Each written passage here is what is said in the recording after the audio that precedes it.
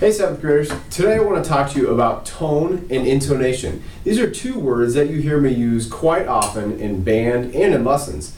And I realize that sometimes it can be kind of confusing, all of these music terms, and sometimes you may not know what they mean. So let's start off first with tone, okay?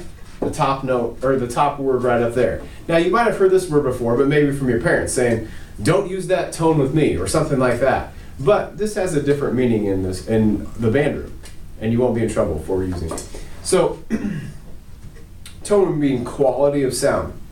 Usually when I'm talking to you about tone, I'm talking about a rounder tone instead of a narrow, bright tone. We want to think about a darker tone. So there's all of these descriptor words for something that's invisible that we can't see, but we can hear.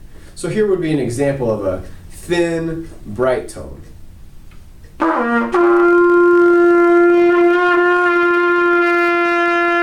So it's kind of piercing, right? Not really a good tone, really kind of just a rough sound to it, not very warm. That would be a poor tone. Okay, a lot of that's due to how I have my face, poor air support, my teeth are too close together, that sort of thing. So there's a lot of things affecting tone. Here would be an example of good tone.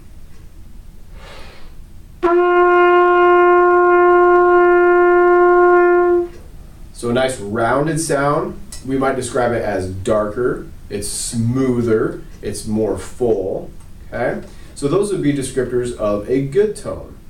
Now the difference between elementary and junior high, one of the big things is that we're talking about tone a lot more, quality of sound.